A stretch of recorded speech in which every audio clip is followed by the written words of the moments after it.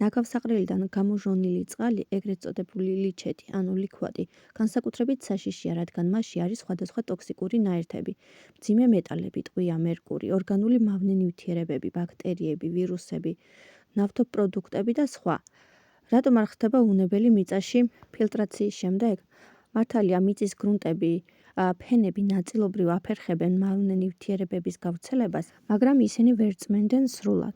მიწა ვერ შთანთქავს ყველა ტოქსინს, განსაკუთრებით მცირე ზომის მოლეკულებს, როგორიცაა მძიმე მეტალები ან გამხსნელი ქიმიკატები.